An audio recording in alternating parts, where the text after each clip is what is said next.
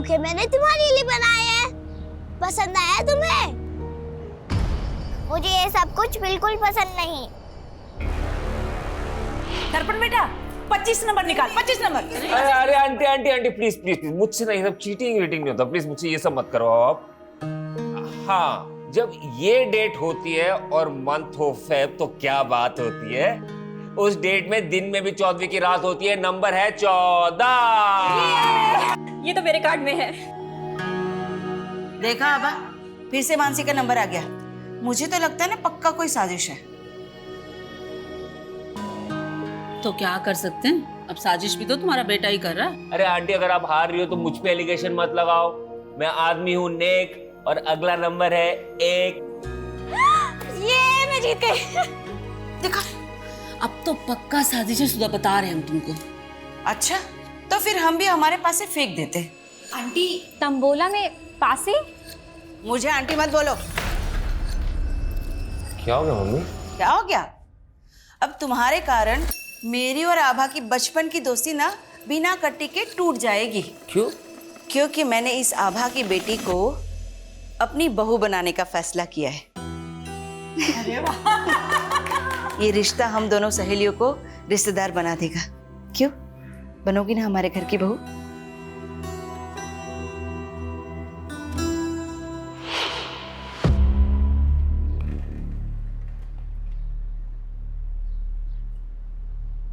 Neha, happy Valentine's day! I love you Neha.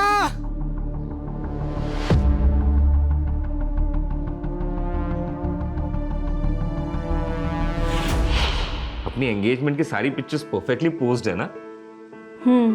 बस एक कमी है, क्या? इनमें मेरे पापा नहीं है। काश वो होते तो। तुम अपने पापा को बहुत मिस करती हो ना? उन्हीं का ड्रीम था कि मैं आईएएस करूं। दर्पण, क्या हम शादी पोस्टपोन नहीं कर सकते? शादी के सेरेमनीज के बीच में मैं एग्जाम की तैयारी कैसे कर पाऊंगी? आई अंडरस्टैंड मानसी, लेकिन मम्मी का ये कहना है कि ये परफेक्ट मुहूर्त है शादी के लिए। देखो, हम दोनों मिलके ना कुछ एक अरेंजमेंट। भैया आपसे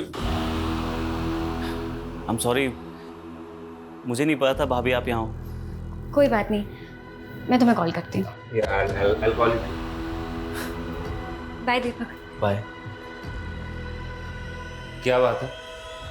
बहुत प्रॉब्लम हो रही है, बिजनेस में कोई ग्रोथ ही नहीं है। भाई ग्रोथ तो तभी होगी ना जब गर्लफ्रेंड के साथ पूरा टाइम स्पेंड नहीं करके काम पे ध्यान देगा तू। ऐसा नहीं है भैया, काम पे ध्यान दे रहा हूँ मैं, वो बस थोड़ी इन्वेस्टमेंट की जरूरत है। दीपक, अब तू भाई को मक्खन लगा रहा है।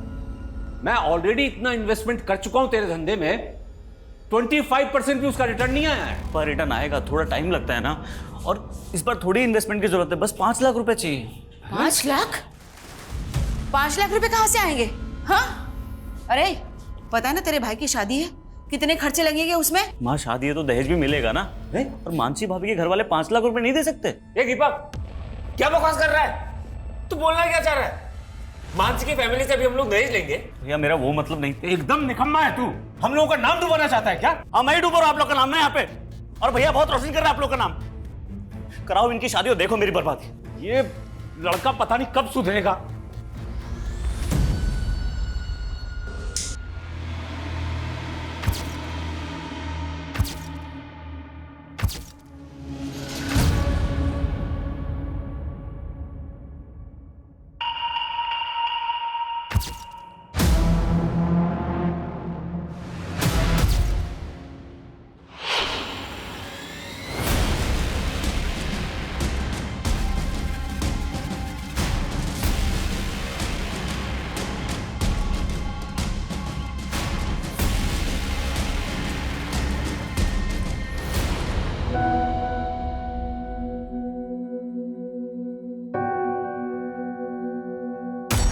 मैं तुम्हारे बिना जी नहीं सकता मानसी, लेकिन तुम्हारे लिए मर तो सकता हूं।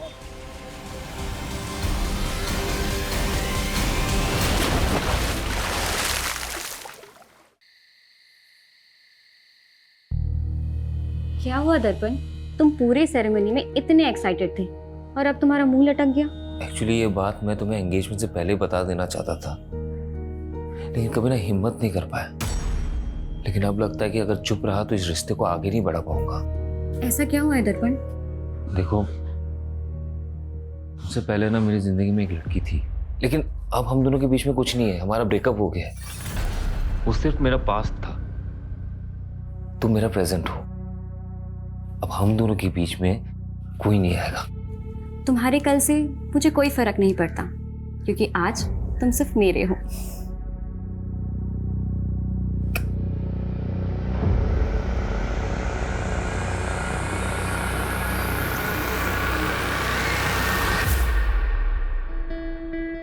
अरे वाह,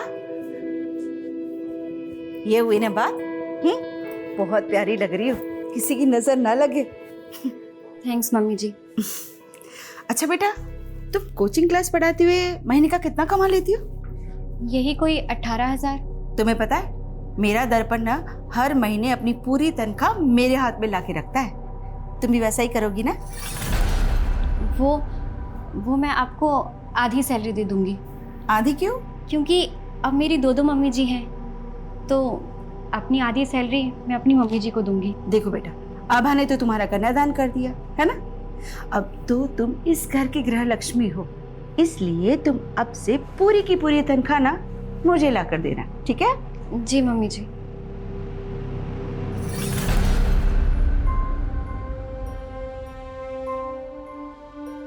मानसी, मम्मी थोड़ी पुरानी ख्यालात की है, उन्हें तुम पॉजिटिव ले लो। ये लो कुछ पैसे, तुम ये अपने घर वालों को दे देना। लेकिन मैं ये पैसे उन्हें नहीं दे सकती। क्यों नहीं दे सकती? मैं कोई गैर हूं क्या? अरे उनका दामाद हूं। मैंने उन्हें प्रॉमिस किया है कि मैं आपको हमेशा खुश रखूंगा। प्रॉमिस किया था ना? हाँ, चलो इसे रखो और अभी स्माइल कर दो, प्लीज प्लीज प्लीज प्लीज।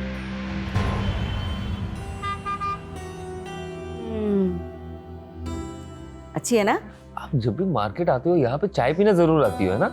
हाँ, और हम मानसी को भी लेकर आएंगे, उसे बहुत अच्छा लगेगा, है ना? जरूर लाएंगे।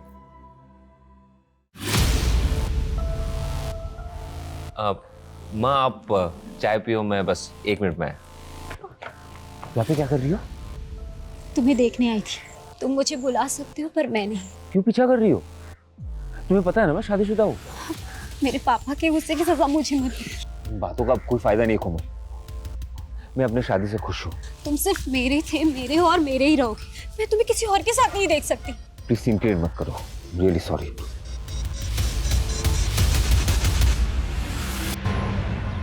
सर मैं यहाँ सालों से पूरी डेडिकेशन के साथ कोचिंग दे रही हूँ और आपने मेरी आधी सैलरी काट ली।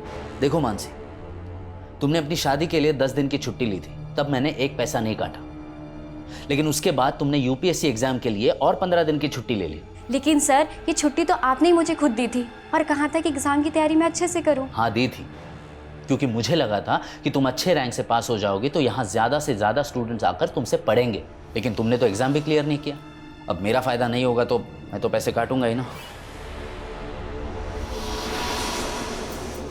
अरे मानसी, अपनी शादी में इनवाइट नहीं किया मुझे, अब तक नाराज हो? नमन प्लीज स्टॉप बॉदरिंग मी।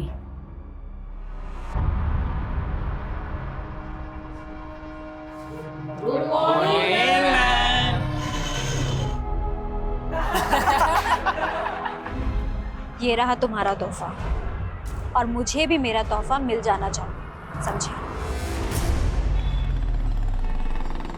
दर्पण मैं खाना बना रही हूँ, I will call you back. माँ बाबा और दीपक तो शादी के फंक्शन में गए ना, तो फिर खाना किसके लिए बना रही हो? तुम और मैं है ना। मानसी, तुम्हें पता नहीं है क्या, स्पेशल नाइट है, शादी के बाद हमारा पहला वैलेंटाइन है। मैं इन सब डेज पे बिलीव नहीं करती। तो क्या हुआ, मैं तो मानता हूँ ना। देखो मैंने ना तुम्हारे लिए एक सरप्राइज प्लान किया। पर दर्पण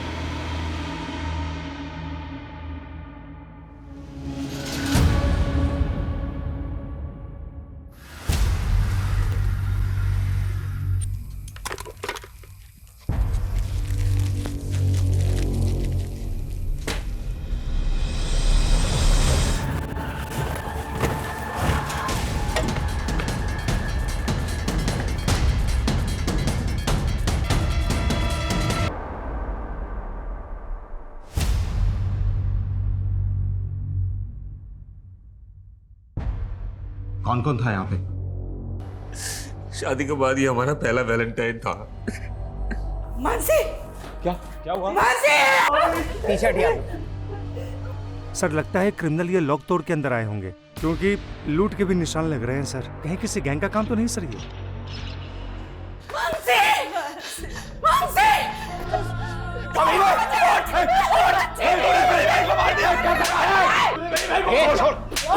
सर इससे मेरी बहन को मार दिया। क्या बकवास कर रहा है पुलकित? सही तो बोल रहा है मेरा बेटा।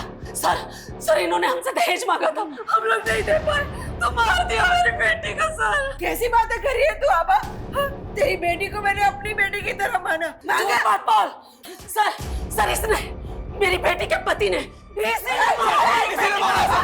छोड़ोगे नहीं। इसने मेरी बेटी को मारा, मैं इसे छोड़ोगे नहीं। जब मानसी का मर्डर हुआ तेरे अलावा घर पर कोई नहीं था। अब सच सच बोल, किसने मारा उसे? बोल। आप मुझे जितना मारना है आप मुझे मार लीजिए इंस्पेक्टर साहब, लेकिन ये मत कहिए कि मैंने उसे मारा है। सर इसके बाप ने इसकी जमानत करवा ली है। नहीं बर्दाश्त हो रहा मुझसे।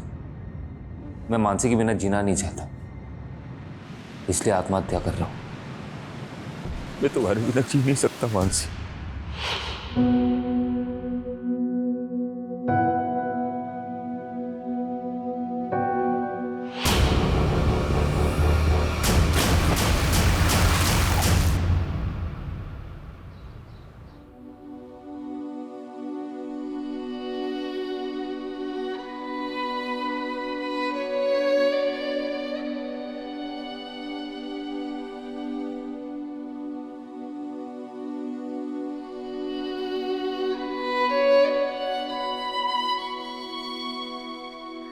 दस साल हो गए हैं जब से ये दोनों गए हैं ना, जैसे जीवन की खुशियां ही चली गई। इनकी कमी तो पूरी नहीं की जा सकती सुधा, लेकिन आज दीपक की सगाई है, उसकी खुशियों के लिए तो हमें जीना ही होगा ना।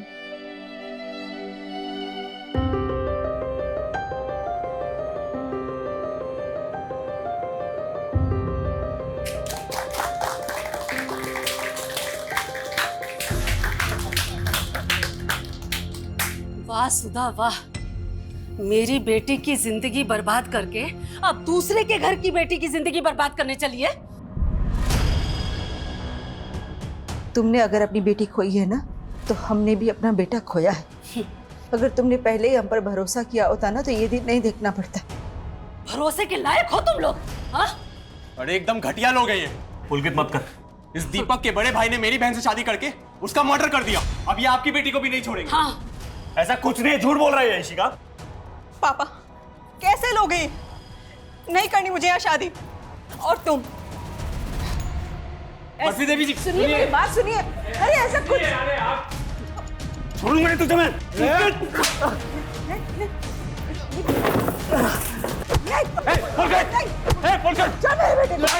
मेरे बेटे को मारा तूने। पुलिस बुलाओ। बस झगड़ा नहीं करना। बहुत हो गया पुलकित। सर, इस दीपक के भाई ने मेरी बहन को मारा था। बहन को मारा? सर वो एक 10 साल पुराना केस था। हाँ, हमारे आरोप झूठे नहीं थे सर। एक मिनट। जो सर सच्चाई भी ना बताएं, मेरी बेटे की वो लाश आज भी सर मुझे वो दिन याद आता है। आप दोनों के परिवारों के साथ जो कुछ भी हुआ है उसे हम समझ सकते हैं, लेकिन आप नहीं समझ सकते सर। हमें तो 10 साल से इंसाफ भी नहीं मिला। मैं उस केस को फिर से देखूंगा। अभी आप प्लीज यहां से जाइए। I request you. चलिए लेके जाइए इनको। चलिए आप लोग। और आप लोग भी।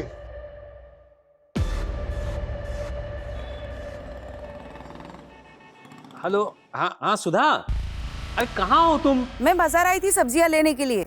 घर में एक भी सब्जी नहीं थी। अरे तो इतनी रात को जाने की क्या जरूरत थी? यहाँ घर में कुछ ना कुछ फ्रिज में रहता ही है ना। अरे आप तो खा लेते, लेकिन दीपक नहीं खाने वाला ना, उसके तो 100 नखरे हैं। हाँ। अरे लगता है दीपक आ गया। तुम भी जल्दी आओ, मैं देखता हूँ दरवाजे पे। ठीक है?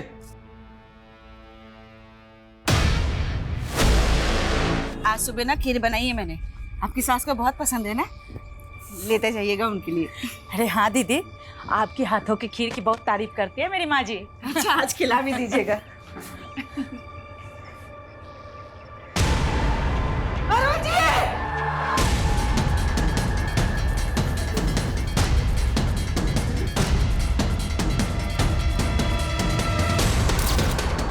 सर ये देखिए सर, दरवाजे पे फोर्स्ड एंट्री के साइन भी, और घर की हालत देखकर लग रहा है कि लूट भी हुई है।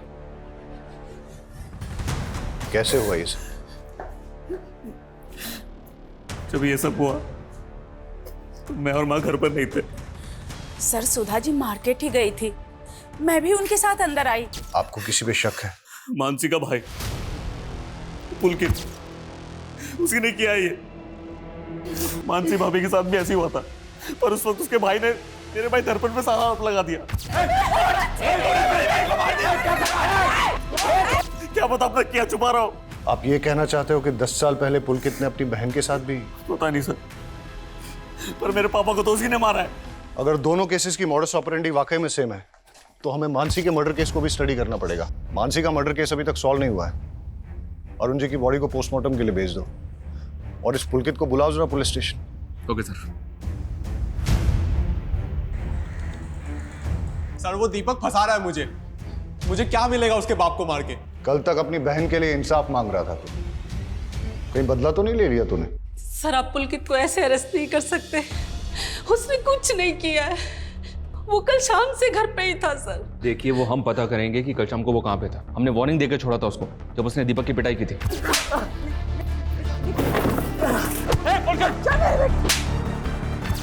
पर अब नहीं, अभी आप प्लीज यहाँ से जाइए और हमें अपना काम करने दीजिए। मानसी और अरुण के मर्डर की पोस्टमार्टम रिपोर्ट में काफी सिमिलैरिटीज हैं। दोनों केसेस में पीठ पे एक ही तरह से और एक ही तरह के चाकू से वार हुआ है, और दोनों ही मर्डर वेपन्स पे फिंगरप्रिंट्स नहीं है, मतलब साफ है सर। ये कातिल ने ग्लव्स पहन रखे होंगे। क्राइम सीन पे मेन लॉक को तोड़ा गया है, फिर लूट हुई है, लेकिन कोई भी अननोन फिंगरप्रिंट डिटेक्ट नहीं हुआ है। अच्छा सर, मानसी केस में पुलिस की अथॉरिटी थी कि ये काम किसी गैंग का हो सकता है, लेकिन ऐसे किसी गैंग का अभी तक पता चला नहीं है। दोनों ही केसेस में या तो क्रिमिनल एक ही है, या अगर अरुण का कत्ल किसी और ने भी किया है तो उसने मानसी के मर्डर केस का मॉडस ऑपरेंडी कॉपी किया है। लेकिन अरुण के केस में किसी ऐसे इंसान का पता नहीं चल रहा जिसकी अरुण के साथ या अरुण की फैमिली के साथ कोई रंजिश हो, सिवाय मानसी की फैमिली के।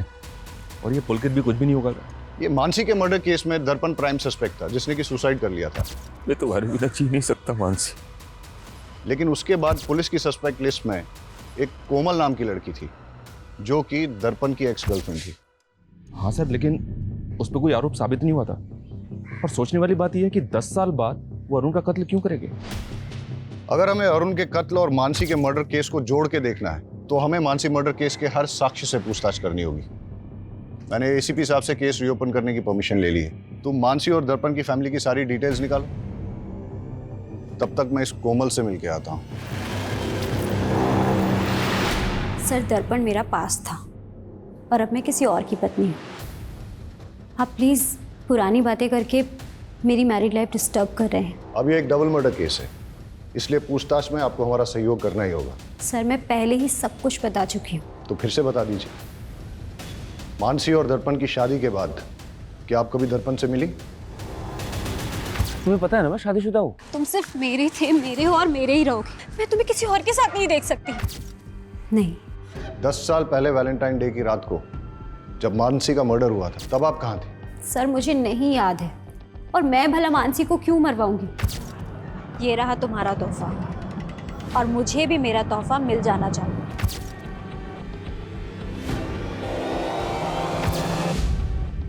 आपका और दर्पण का ब्रेकअप क्यों हुआ? क्योंकि मेरे पापा नहीं चाहते थे कि मैं दर्पण से शादी करूं। आपके पापा पॉलिटिकल लीडर थे? जी। मानसी के मर्डर और दर्पण के सुसाइड केस की इन्वेस्टिगेशन का रडार जब आपके ऊपर आया, उसके बाद उन्होंने काफी कुछ मैनिपुलेट करने की कोशिश की थी। सर मेरे ऊपर झूठे आरोप लगाए गए थे, मेरे कैरेक्टर पे उंगली उठाई जा रही थी। इनफैक्ट आप समझ भी नहीं सकते कि मैंने क्या क्या सहा था, पर लास्ट में मेरे खिलाफ कुछ साबित नहीं हो पाया। मानसी का मर्डर केस अब रीओपन हुआ है। अगर आपके स्टेटमेंट में कुछ भी झूठ निकला तो फिर आप देख लीजिएगा।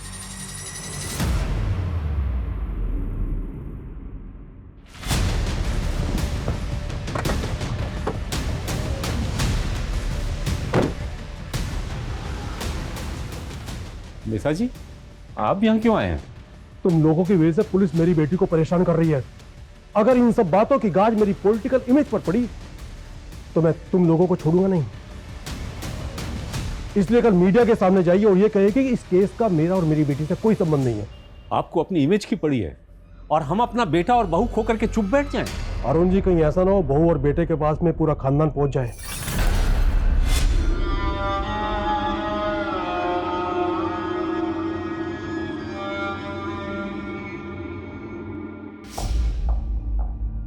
मेरी बेटी की अच्छी सास बनने का नाटक तूने बहुत कर लिया सुधा। हाँ भा, तुझे अभी भी अपनी बेटे की ही पड़ी है?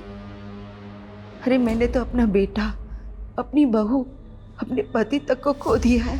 तुझे याद है हम दोनों ने अपने बच्चों के लिए कई सपने देखे थे। वो सब एक छलावा था। मेरी बेटी की हाय लगेगी तुझे, और तुझे तेरे किए की सजा जरूर मिलेगी, देख लेना। मतलब ये सब कुछ तेरा बेटा? उसे अंदर भेज के ये मत सोच लेना कि मैं झुक जाऊंगी।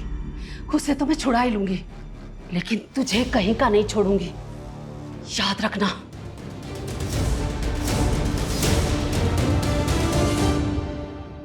दस साल पहले पुलिस ने जब दर्पण को रिमांड पे लिया था तो उसने बयान दिया था कि मानसी जिस कोचिंग इंस्टीट्यूट में पढ़ाने जाया करती थी उसको लेकर वो काफी ज्यादा अपसेट थी। लेकिन सर केस फाइल देख के लग नहीं रहा है कि पुलिस ने ज्यादा इंक्वायरी की थी। चलो अब हम इंक्वायरी करते हैं। ये आप क्या बोल रहे हैं सर? 10 साल हो गए, मानसी का कातिल पकड़ा ही नहीं गया? क्यों, आपको नहीं मालूम कि केस अभी तक भी ओपन है? नहीं सर। आई होप आपको मानसी से जुड़ी 10 साल पुरानी बातें याद हों। जी कुछ कुछ। मानसी को आपसे कोई प्रॉब्लम तो नहीं थी? मुझसे? अब मेरा फायदा नहीं होगा तो मैं तो पैसे काटूंगा ही ना। नहीं सर। उनके पति ने स्टेटमेंट दी थी कि उनको इंस्टीट्यूट में किसी बात से स्ट्रेस था। ऐसा कुछ हुआ था इंस्टीट्यूट में 10 साल पहले? हाँ सर, एक बात है, मानसी ने इंस्टीट्यूट के 2 स्टूडेंट्स की कंप्लेंट की थी। कंप्लेंट? एक्चुअली तब मानसी नहीं चाहती थी कि उन दोनों पे कोई पुलिस कंप्लेंट हो या उनका करियर बर्बाद हो, लेकिन हाँ मैंने उन दोनों को रेस्ट्रिकेट कर दिया था। आप हमें उन स्टूडेंट्स के नाम, फोन नंबर और एड्रेस दे दीजिए, और मानसी 10 साल पहले जिन जिन स्टूडेंट्स को पढ़ाती थी उन सब की डिटेल्स भी दीजिए।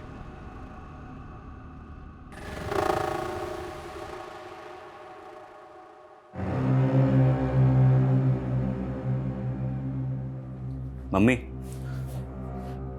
ये लो, दवाई खा लो।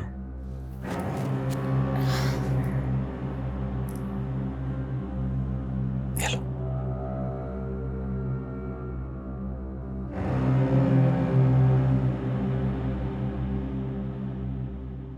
मम्मी मुझे लगता है ना इस घर में मनुष्यत का दाग लग चुका है।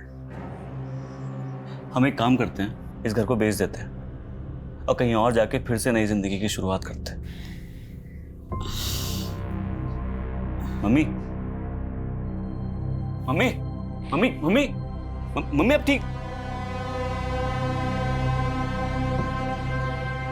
मम्मी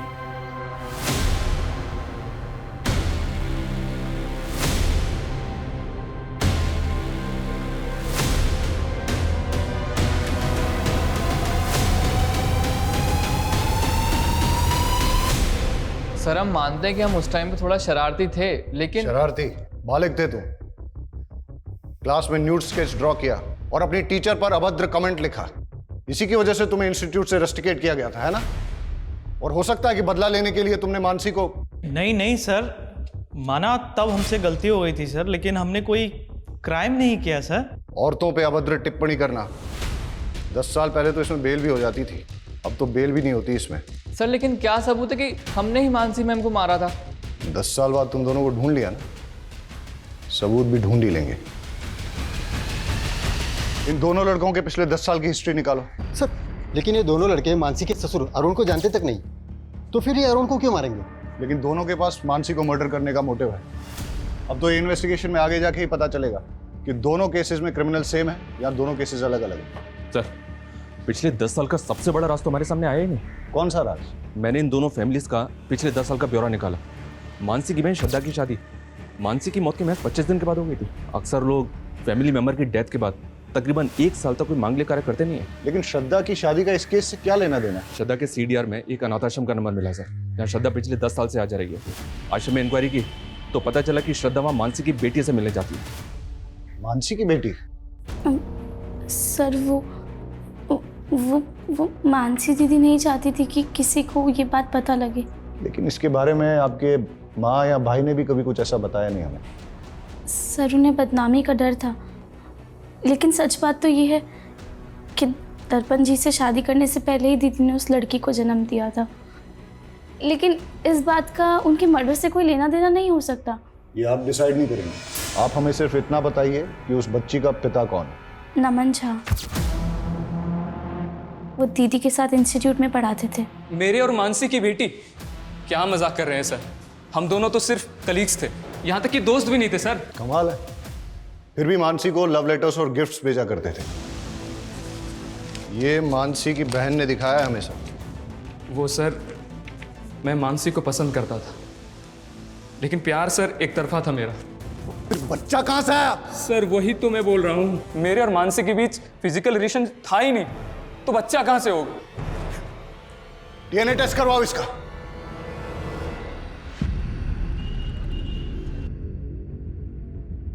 मैंने तुझे बोला था ना, इस दर्पण से दूर रहना। फंस गई ना पुलिस के चक्कर में। पापा ये सब कुछ आपकी वजह से हुआ है। आपने क्यों मुझे और दर्पण को शादी नहीं करने दी? उसकी वजह से उसे मानसी से शादी करनी पड़ी और मुसीबत में मैं फंस गई।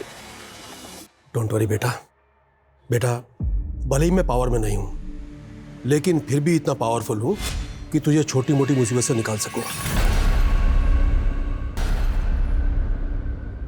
सरप्राइज। वाओ, तुम तो हमेशा मुझे सरप्राइज कर देते हो। तुम्हारा मंगलसूत्र कहाँ है? वो तो मैंने उतार दिया। तुम मुझसे मिलते हो ना तो मुझे गिल्ट लगता है कि मैं अपने हस्बैंड को धोखा दे रही हूँ। लेकिन क्या है कि तुम मंगलसूत्र में और सुंदर लगती हो। जाओ पहन के। क्या यार, तुम मुझसे प्यार करते हो मंगलसूत्र से? मुझे कुंवारी लड़कियां पसंद ही नहीं आती। जाओ पहन के आओ। अरे यार, मुझे नहीं पहनना मंगलसूत्र। सर नमन का डीएनए तो उस बच्ची के डीएनए से मैच नहीं हुआ, लेकिन उस बच्ची का डीएनए मानसी के प्रेजर्व्ड डीएनए से 50% तक मैच हो गया। जेनेटिक मैच 50%, मतलब बच्ची मानसी की नहीं है, लेकिन मानसी की फैमिली में से ही किसी की है, इसलिए डीएनए मैच 50% ही मिला है। श्रद्धा ने जो स्टेटमेंट दिया है वो भी गड़बड़ है सर। मर्डर से पहले मानसी रेगुलर इंस्टीट्यूट जा रही थी। अगर तब वो प्रेग्नेंट होती तो सबको पता होता। और श्रद्धा ने ये भी नहीं बताया कि उसकी डिलीवरी कहाँ हुई थी। सर मैं बहुत डर गई थी, मुझे कुछ समझ में नहीं आ रहा था कि मैं आपको क्या जवाब दूं। तो बच्ची आपकी है, लेकिन अनाथ आश्रम के रिकॉर्ड में उस बच्ची की माँ का नाम मानसी क्यों है? सर श्रद्धा के साथ धोखा हुआ था। 18 की भी नहीं हुई थी सर, और उस सिद्धार्थ ने इसकी जिंदगी तबाह कर दी। सिद्धार्थ, मेरी बहन नाबालिग है, तुझ पे चार्ज लगेगा।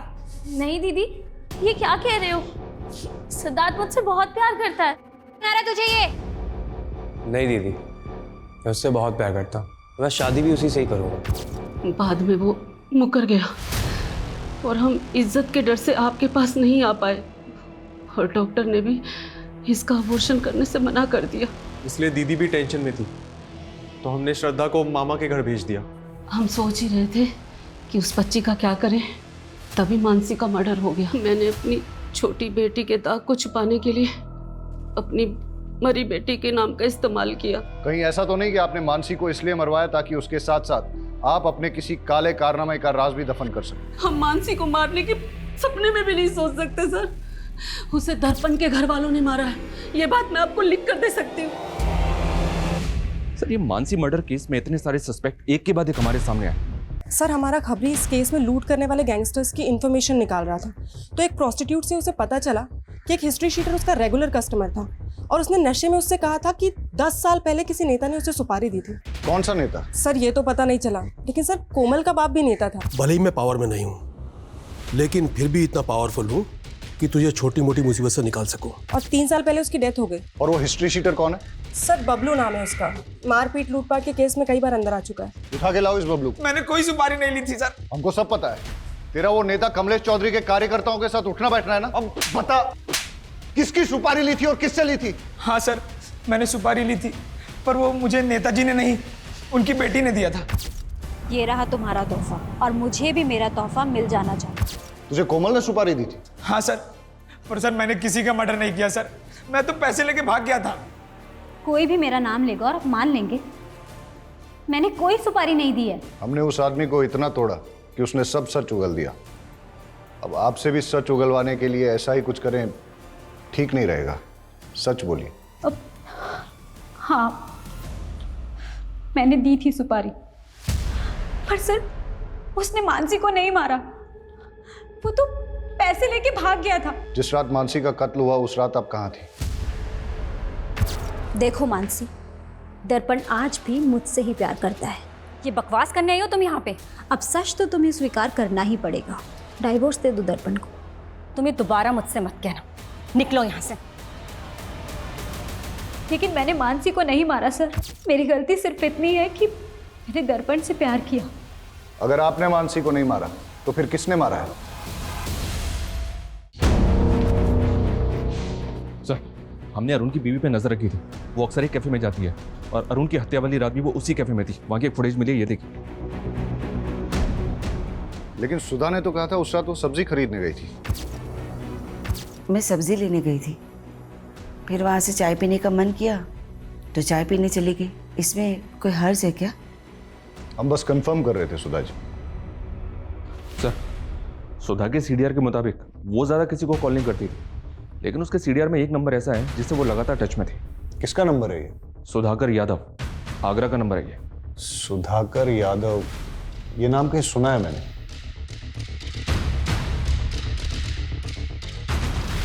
मानसी मर्डर केस में इससे पूछताछ हुई थी। दर्पण का दोस्त है ये, मिलते हैं इससे। सर, मैं ही सुधाकर हूँ, लेकिन मैंने कभी भी दर्पण की माँ को कॉल नहीं किया है। सुधा के कॉल डिटेल्स में ही मिला है हमें ये नंबर। ये नंबर आप ही के नाम पे है ना? सर, मैंने कभी ये नंबर लिया ही नहीं। ये नंबर आपके आईडी पे लिया गया है। आपने नहीं लिया तो किसने लिया है? सर, मुझे कुछ समझ में नहीं आ रहा है। आपने अपने ओरिजिनल डॉक्यूमेंट्स कभी किसी को दिए? यार दर्पण, पक्का मेरा काम हो जाएगा कृषि विभाग का। यार, मानसी के फादर भी कृषि विभाग में थे। मानसी को वहाँ पे सब लोग जानते हैं। मुझे नहीं लगता कोई प्रॉब्लम होगा। फिर मानसी भाभी का खून हो गया और दर्पण ने सुसाइड कर लिया। मैं तुम्हारे बिना जी नहीं सकता मानसी। मैंने दीपक से कई बार कहा कि मेरे ओरिजिनल डॉक्यूमेंट्स दर्पण के पास है, प्लीज़ मुझे ला के दे दो, लेकिन उसने कहा कि उसे डॉक्यूमेंट्स मिले ही नहीं।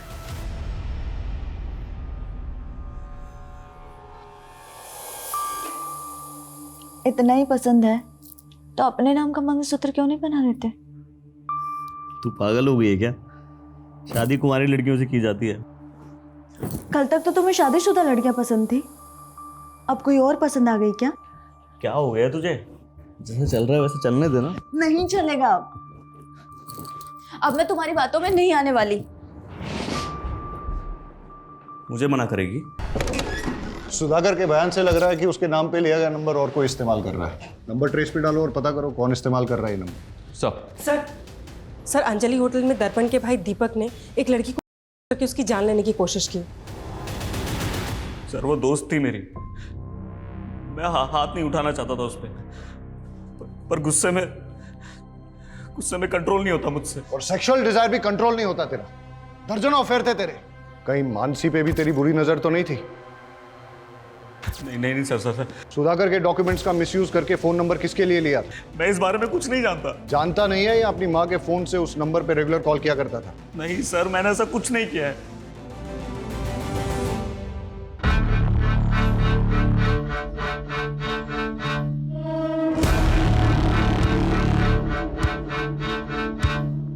वेटर,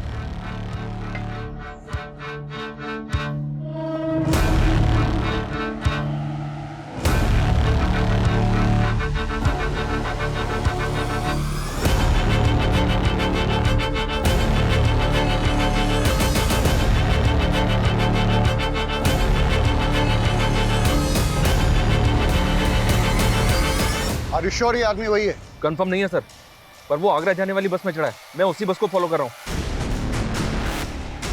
मैं उस बस के रूट वाले स्टैंड पे हूँ। मैं बस पे चढ़ता हूँ, तुम बस को फॉलो करो। Okay sir.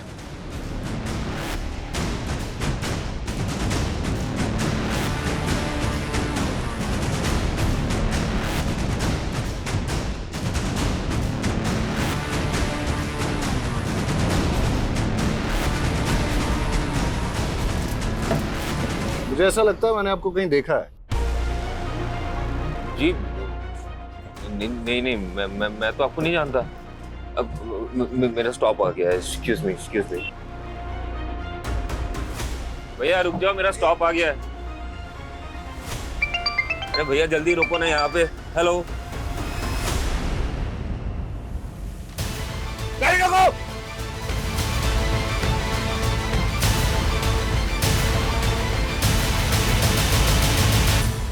बहुत शातिर चाल चली तूने दर्पण। मानसी के मर्डर केस में तुझे फांसी ना हो जाए इसलिए अपना नाम और पहचान बदल ली। तेरी गर्लफ्रेंड कोमल ने हमें सब कुछ बता दिया है। सारे फसाद की जड़ तो वही है ना सर। मैं कोमल से बहुत प्यार करता था, उससे शादी करना चाहता था। मेरी माँ जब हमारे रिश्ता लेके उसके घर पे गई तो उसके बाप ने मेरी माँ की बहुत बेइज्जती की और ये मुझसे बर्दाश्त नहीं हुआ। तो मैंने कोमल को छोड़ के मानसी से शादी कर ली। लेकिन आए दिन कोमल मुझे ये एहसास दिलाती रही कि वो मुझसे कितना प्यार करती है। तुम मुझे बुला सकते हो पर मैंने मेरे पापा के गुस्से की सजा मुझे मिली। बचपन से काफी लड़कियों ने मेरी प्रपोजल ठुकराया सर। मुझे ये सब कुछ बिल्कुल पसंद नहीं। I love you, Neha. कोमल एक लौती थी जो मुझसे बहुत प्यार करती थी। वो मेरे लिए कुछ भी कर सकती थी और ये बात मेरे लिए बहुत बड़ी थी। मानसी को धोखा देके मैं कोमल से मिलने लगा। मेरी माँ को मुझ पर शक हो गया तो उन्होंने मुझ पर नज़र रखने के लिए मेरे पीछे एक प्राइवेट डिटेक्टिव लगा दिया। उस प्राइवेट डिटेक्टिव ने हमारे कुछ फोटोज खींचे, मेरे और कोमल के। कुछ दिन बाद वो फोटोज मानसी ने देख ली। कहते थे कोमल सिर्फ तुम्हारा पास्ट थी और अब हम दोनों के बीच कोई नहीं आएगा, तो फिर ये क्या है? देखो मानसी, मैं कोमल को भुला नहीं पा रहा हूँ। बेहतर यही होगा कि तुम मुझे डिवोर्स दे दो। क्या? एक म्यान में दो तलवार तो नहीं हो सकती ना सर। तो मैंने वो तलवार चुनी जिसमें मोहब्बत की रवानगी थी। मेरी गलती सिर्फ इतनी थी सर कि मैंने दर्पण से प्यार किया और उसने मेरे लिए मानसी को मार दिया। सर जब मुझे ये बात पता चली तो मैं बहुत डर गई थी और मैंने उससे दूरी बना ली। मुझे पता था पुलिस एक दिन मुझे मानसी के कत्ल में सूली चढ़ाएगी, तो मैंने अपने कद काठी का एक भिखारी ढूंढा, उसे पैसों की लालच दी, उसे कपड़े दिए और तालाब में फेंक दिया। और फिर हुलिया बदल के तू गायब हो गया और सुधाकर का आईडी था तेरे पास, उसके नाम पे तूने एक फोन नंबर भी ले लिया। एक बात बता मेरे को, तेरी इन काली करतूतों के बारे में तेरी माँ को पता है? और अपने पिता को क्यों मारा तूने? माँ उन्हें दिलासा देना चाहती थी कि मैं जिंदा हूँ। दर्पण तू जिंदा है? हाँ हमारा बेटा जिंदा है। झूठ बोला तुमने मुझसे, इतने दिनों छुपा के रखा। अभी पुलिस को फोन लगाता हूँ मैं। नहीं अरे क्या करे, कट कीजिए, हमारा बेटा है वो। उन्होंने मेरे सामने मेरी माँ को थप्पड़ मारा और मुझे धमकी दिया कि अंदर करवा देगा। उस दिन तो मैं वहां से चला गया। माँ हूं मैं, मेरे लिए मेरे बच्चे से बढ़कर कुछ भी नहीं। एक कातिल की माँ हो आप और अपने बेटे के गुनाह में बराबर की भागीदार हो। प्यार और ममता में लोग इतने अंधे हो जाते हैं कि वो ये देख ही नहीं पाते कि दर्पण जैसे लोग कितने खतरनाक हैं। इस तरह के लोग न तो रिश्तों की परवाह करते हैं न ही जज्बातों की, और अक्सर ऐसे लोगों को पहचानने में हम लोग गलती कर देते हैं। आज भी हमारे देश में कई औरतें ऐसी हैं जो अपने पति के अत्याचार और घरेलू हिंसा की शिकार हैं, लेकिन जीवन भर सहती रहती हैं। अगर अन्याय के खिलाफ आवाज न उठाई जाए तो उनका हश्र यह भी हो सकता है कि वो अपनी जान गंवा दे, जैसा कि मानसी के साथ हुआ।